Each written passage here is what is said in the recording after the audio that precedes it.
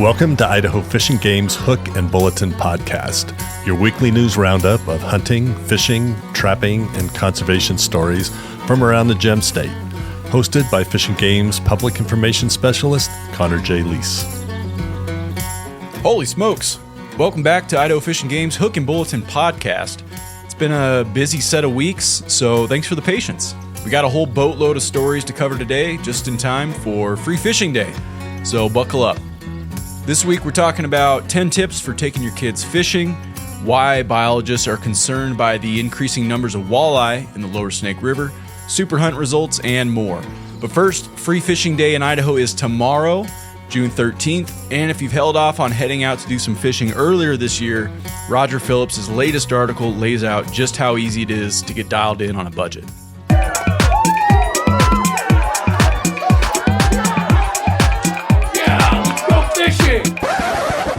Free Fishing Day is June 13th, and it's a great opportunity to be outdoors and get acquainted with Idaho's great fishing spots. Fishing is an inexpensive sport because you can get all the gear you need for about $50 or less. But odds are good that you already have some old fishing gear laying around in the house, or someone in your family has some you can borrow. You can also check garage sales or secondhand stores. Even if it hasn't been used in years, it will probably still catch a fish. So, dig out that old, trusty, dusty fishing gear, and let's get ready to fish. Let's start with the rod, aka fishing pole. First thing you gotta ask yourself, does it have all the eyes intact? Great, it's probably ready to go. If it's a sectional rod, make sure you check to see if the sections come apart. If not, put some penetrating oil on it, such as WD-40 or Break Free. The sections should easily disassemble and reassemble. If they won't come apart, you can still fish with it. It will just be a little trickier to transport. Next, check the reel seat. Chances are good there's already a reel in it, but check the locking ring to make sure that it's still functional. If it's corroded, apply some more lubricating oil, or if it has a reel that feels solidly attached, leave it alone because there's no urgent need to replace the reel so long as it's working properly. And speaking of the reel, these come in many shapes and sizes, but all reels must do two things: reel in the line and let line out. If the handle cranks freely, it will probably reel in line, so you're off to a good start already. Now, figure out if it will let line out. Depending on the type of reel, this is accomplished by flipping the bail on a spinning reel or pushing a button on a bait caster. If your reel does these things, you're probably ready to go. But there's another thing to check out, and that's the drag, which allows line under tension to gradually unspool in case you have a fish pulling hard enough to break the line. Drag is important, but if you're catching a small-ish fish, such as panfish or trout under 12 inches, it's not critical. The next thing we want to look at is the line. This is probably the most overlooked thing if you're resurrecting old fishing tackle, and what will most likely ruin your fishing trip because it will be kinky and tangle easily. If the reel hasn't been used in a year or so, make sure you go replace the line. Line is super inexpensive, and you can replace the line yourself or take the reel to a sporting goods store or tackle shop and have them do it. All right, so you got all that set up. Next thing we're going to look at is basic bait and tackle. Now we're getting to the fun stuff. And it's no exaggeration to say there are millions of things to put on the end of your line to catch a fish. But a few pieces of basic tackle will catch nearly any fish, which includes hooks, weights or bobbers, and bait. An earthworm will catch a huge variety of fish and is probably crawling around in your yard right now, but it may be easier to spend a few bucks on a dozen night crawlers. So consider those items your starter kit. And if for some reason you have a working rod and reel but no tackle, you can get all of them for about $10 or less. Now, if you're really fancy, you're going to want some lures. If you have a tackle box with some random looking lures, give them a try first. Even if it's grandpa's old tackle box, there's no reason that what worked then still won't work now. It does help, though, to know what fish a particular lure was designed to attract. But a lot of lures look nothing like anything in the natural world, and they can catch a surprising number of fish species. If you notice they have rusty hooks or their silver, gold, or bronze finishes have tarnished, you can buy replacement hooks for a fraction of what a new lure costs. So go ahead and replace them. If they're tarnished, a small piece of steel wool will brighten them right up. Now you might be thinking you have all this gear, where the heck do I go? That's easy. Now all you have to do is go fishing, and Fishing Game is here to help with that. Fishing is free on June 13th, no charge, meaning no fishing license is required for people 14 years and older on that day. Children 13 and younger are not required to have a fishing license in Idaho, period. Next, take a look at Fishing Game's fishing planner on our website. This really valuable resource provides information about nearly every body of water, from little dinky ponds to high alpine lakes in the state that have public fishing access. To learn more, hit the link below to read Roger Phillips' story on our website. Now, let's say you already have all the gear you need and already got a spot picked out. That is the hard part, right? Wrong. Enter children.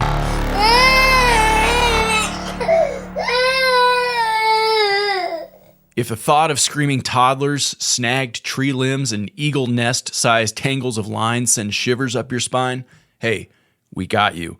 Maybe these 10 tips will help you out. If you want to be a rock star to your kids this summer, there's one surefire way to achieve stardom: taking them fishing. And there's no better time to do so than Free Fishing Day in Idaho. From the fresh air to the excitement of feeling a tug on your line, fishing provides the perfect excuse to spend together time outside. Plus, introducing young children to the sport, which may seem daunting for some, is actually quite easy if you do a little prep work ahead of time. If you've never been fishing before, Idaho's Free Fishing Day, which is set for June 13th, in case you didn't know, may be the perfect day to go start. No fishing license is required, but all other rules still apply. Fishing Game personnel and volunteers will host several free events at local fishing waters throughout the state to help first-timers discover the joys of fishing. So no matter where you go, Fishing Game recommends keeping these 10 simple tips in mind to ensure your kids' first fishing experience isn't their last. Number 1, catching is key. Getting kids hooked on fishing is about getting a fish on the line fast. And for kids, it's about numbers caught, not how big. Taking them on a trip that produces the most fish possible should be your goal. Finding a well-stocked pond or lake is essential, and Fishing Game makes finding one super easy. Go check out our Fishing Game Learn to Fish webpage for close-to-home fishing holes, basic tips, fishing events, and more. Number 2, keep it simple. If you and the kiddos have never fished before, don't worry about all the different types of fishing equipment. Push-button reels and casting rods exist for a reason. They're easy to use. A small few hooks, a couple 1-inch bobbers, and sinkers is all you need to get started. And don't be afraid to ask others or visit your local sporting goods store. If you lack equipment, Fishing Game's Take Me Fishing trailers are loaded with loaner fishing rods, tackle, bait, and are staffed by experienced anglers that can help. And all for free. These trailers make appearances at well-stocked fishing holes throughout the state, so be sure to check the schedule for when and where. Number 3, keep it short. The younger the child, the shorter the attention span. If the fish aren't biting, don't keep kids held hostage watching their fishing poles. Allow some breaks for rock skipping, enjoying some beach time, picking up bugs, and whatever keeps them happy and lets them enjoy the outdoors. And don't be surprised if catching fish isn't their first priority. Just remember, as your child's attention span gets longer, so will your fishing trips. Number 4, keep the fun times ahead. If you want your kids to go fishing again, the fun part is most important. Choose a sunny day, take photographs, bring the best snacks, and aim to have a good time watching them have a good time. Keep this in mind, and each outing will be a success, regardless of the number of fish caught. Number 5, be patient. Remember that it's not just your fishing trip, it's their fishing trip too. Except that you will be untangling lines, you'll be baiting hooks, and probably not fishing much yourself. They will probably get dirty or even a little wet. But the quickest way to turn children off to fishing is to get frustrated with them. Staying patient and keeping the outing short, under an hour or so for beginners, will set you on course for cultivating a lifelong fishing buddy. Number 6, snack breaks. Make sure to pack a cooler with drinks, sandwiches, and a lot of snacks. Fish for 30 minutes or so, then take a break. Fish for another 30 minutes or so, and then take another break. Snacks, with the combination of breaks, can help with moments of frustration and will keep the kids interested longer. Number 7, remember the essentials.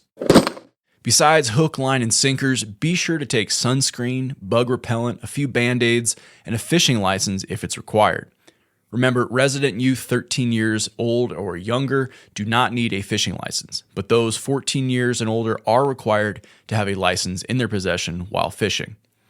Make sure to download or pick up a copy of the 2026 through 2027 Fishing Seasons and Rules booklet online at your local licensed vendor or at a fishing game office. Number 8, never waste teaching moments. Fishing is not only just about catching fish. Creating memories and learning are what's important here. Capitalize on moments to teach them. Tell them about bugs, birds, plants, and fish. The outdoors is the best kind of classroom, and kids will soak it up like a sponge. Number 9, keep a few. Catch and release is an important aspect of angling, but there's nothing wrong with keeping a few for the pan if the fishing rules allow. It can also open up their minds on where the food they eat comes from. Just like agriculture, it is important to open your kids' minds on where people get their food. Last but not least, leave it better than you found it. Remember to pack out your garbage and encourage kids to pick it up too. These lessons mold responsible and conscientious anglers, helping to ensure the future of our sport. All right, that's all I got. Good luck out there, parents. Remember, make the most of it and cherish the memories. Free Fishing Day in Idaho will hopefully make that task a little bit easier. All right, a little bit of licensing housekeeping real quick. We'll start with deer and elk hunters. The new deadline to exchange general season deer and elk tags is July 31st. No exchanges will be processed after that date. This includes exchanging a general season deer or elk tag for controlled hunt tags, landowner appreciation program tags, extra tags, and unlimited tags. Hunters are also reminded that the deadline to claim a deer or elk controlled hunt tag is August 1st, and all tags not claimed by that date will be forfeited. However, if you are exchanging a regular season tag for a controlled hunt tag, you must still meet the July 31st exchange deadline. Secondly, there are some new residency rules for lifetime license eligibility. As of July 1st, residents must have been an Idaho resident for at least 5 years to be eligible for a lifetime license certificate. Idahoans who have not been residents for 5 years are not eligible to apply for a lifetime license certificate. If the recipient of a lifetime license is under the age of 5, the parent or legal guardian of the child must be an Idaho resident for at least 5 years for the child to be eligible. If you're purchasing prior to July 1st, Idahoans must have been an Idaho resident for at least 6 months to be eligible to apply for the lifetime license certificate.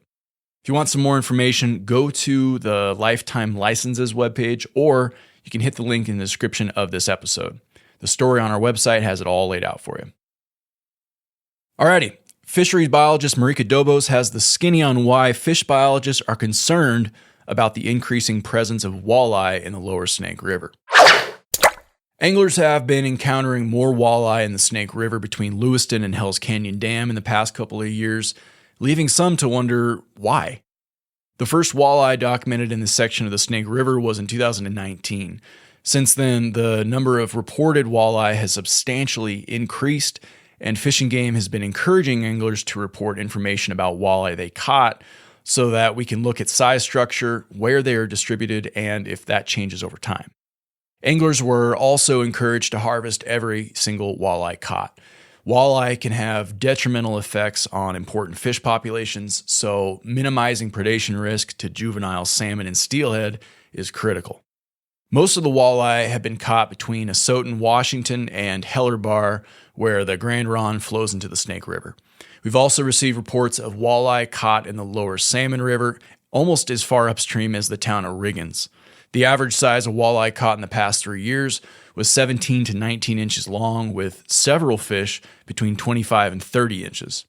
In 2025, there were nearly 100 walleye reported being caught by anglers. Unfortunately, this is not a good sign for salmon, steelhead, and other native fish in the Snake River. Recent work done by the Washington Department of Fish and Wildlife in the lower Snake River showed that walleye consume a lot of juvenile salmon, steelhead, and lamprey in the spring as they are moving through the reservoirs to get to the ocean. But then, so what has changed to cause the walleye population to balloon up and expand as fast as it did? Well, in the past 10 years, numbers of several non-native species in the lower Snake River increased, especially at and upstream of Lower Granite Dam. The most notable increases were seen in abundances of Siberian prawns, which were first discovered in the Snake River in the mid-1990s. These prawns are only 2 to 3 inches long, but when there are a lot of them, they can become an important food source for fish. The WDFW diet study found they now provide an important food option for predator fishes during critical times when food was historically more scarce. American shad are another non-native species that are becoming more prevalent in the Snake River. So walleye can now shift from eating juvenile salmonids and lamprey during the spring to prawns during the summer, then juvenile shad during the winter. A diet of prawns also allows juvenile walleye to better survive and grow to the size at which they convert to eating fish. We're continuing to collaborate with other agencies and tribes in the lower Snake River to learn more about walleye and ways to reduce the potential risk to salmon, steelhead, and other important species. Now, some of you might be familiar with seeing orange Floyd tags sticking out of the backs of some of the fishes in Idaho. This year, you might be seeing some walleye with those orange tags on their backs. Reports of these tagged fish by anglers will help our biologists better understand how many walleye are in parts of the lower Snake River, the Clearwater River, and the Salmon River, and if they continue to expand their range. It will also help with knowing how much angling and harvest pressure there is on these fish. Each tagged fish has an ID number and a phone number on these tags that you can call to report. Reporting can help us understand some of their movements after they get tagged. Most walleye were caught by people fishing smallmouth bass with swim baits, jigs, and crankbaits. People that are targeting walleye do very well bouncing or trolling worms on the bottom or dragging big crankbaits down near the bottom. If you want to help with the cause of removing walleye and have some tasty fillets to show for it, fish around the rocky islands or point bars that drop off into slower, deeper water. Walleye have been caught at a variety of depths, so just work your way down until you find them. There is no size or bag limit of walleye in the Clearwater region, so we ask that if you do catch one, make sure you harvest it. I know there's a lot of information, so if you have any questions, please contact Fish and Game Fisheries Staff Biologist Marika Dobos at the Lewiston Regional Office. Her email is Marika, that's Marika, .dobos, D-O-B-O-S, at idfg.idaho.gov, or you can give her a call. It's 208-750-4228. Alternatively, you can contact our regional fisheries manager, Joe Thiessen, at joe.thiessen, Thiessen, at idfg.idaho.gov, or you can give him a jingle at 208-750-4208. We greatly appreciate all the information that you anglers have been providing over the past few years, and we hope that folks will continue to participate with reporting tagged fish that they catch. Okay, last up, the results for the first Super Hunt drawing are in. Here's how it played out. Draw results for the first round of Super Hunt applications have been announced. Roughly 153,000 entries were put in for the first Super Hunt drawing. Of those, 51,173 were for 8 deer tags, 51,030 were for 8 elk tags, 11,778 were for 8 pronghorn tags, 25,986 were for 1 moose tag, and 13,509 entries were for 1 Super Hunt combo, which includes a tag for each of the 4 species. Hunters still have a second chance to win a Super Hunt tag this year, though. All the winners have been contacted, but state law prohibits Fish and Game from releasing the names of the winners. However, for deer, again, there was 8 total. We had 3 Idahoans, 3 Washingtonians, and 2 Oregonians. For elk, 8 total. There was 5 Idahoans, 2 from Washington, and 1 from Wisconsin. For pronghorn, of all total 8, we had 4 Idahoans, 3 from Washington, and 1 Utah. For elk, which was 1 tag, 1 lucky Idahoan. And the one Super Hunt combo package was given to a Washingtonian.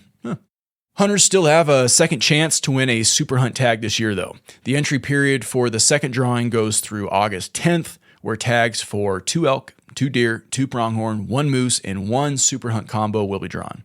Super Hunt winners can participate in any open hunt in the state for deer, elk, pronghorn, or moose, including general hunts and controlled hunts, in addition to any general season or controlled hunt tags they also hold. All other rules of individual hunts still apply, though. Winners of the second drawing will be notified by August 15th. Hunters may enter the drawings online at licensed vendors, fish and game offices, or you can call 1-800-554-8685. For more information, including frequently asked questions and photos of previous winners, go check out our Super Hunt webpage. That's all I got for top stories. Let's hit the rapid fire bulletin. Idaho Fish and Game closed sport fishing for Chinook salmon in the Little Salmon River on June 8th after harvest objectives were met. As of June 8th, the Locksaw River is the only remaining Chinook fishery still open. The South Fork Salmon River and Upper Salmon River will open for Chinook fishing on June 18th. For updates on all Chinook fishing, go check out the Chinook Seasons and Rules webpage. In case I hadn't mentioned it enough, Free Fishing Day in Idaho is tomorrow, June 13th. The 2026 through 2027 Idaho Migratory Game Bird Seasons and Rules booklets are now available digitally online. Printed books are expected to arrive at fishing game offices and licensed vendors sometime in early July. Did you know that nearly 100 species of birds call the Edson-Fichter Nature Area home? If you're curious to learn more about our local feathered friends and come spot some in the wild, here's your chance. The Friends of the Edson-Fichter Nature Area invite you to explore the wonders of birding at the Edson-Fichter Nature Area on the first and third Saturdays of June, July, and August. Each birding walk will be guided by knowledgeable birders from this area who can help you spot and identify the many species that call Southeast Idaho home. Hit the link to see the full list of dates coming up soon.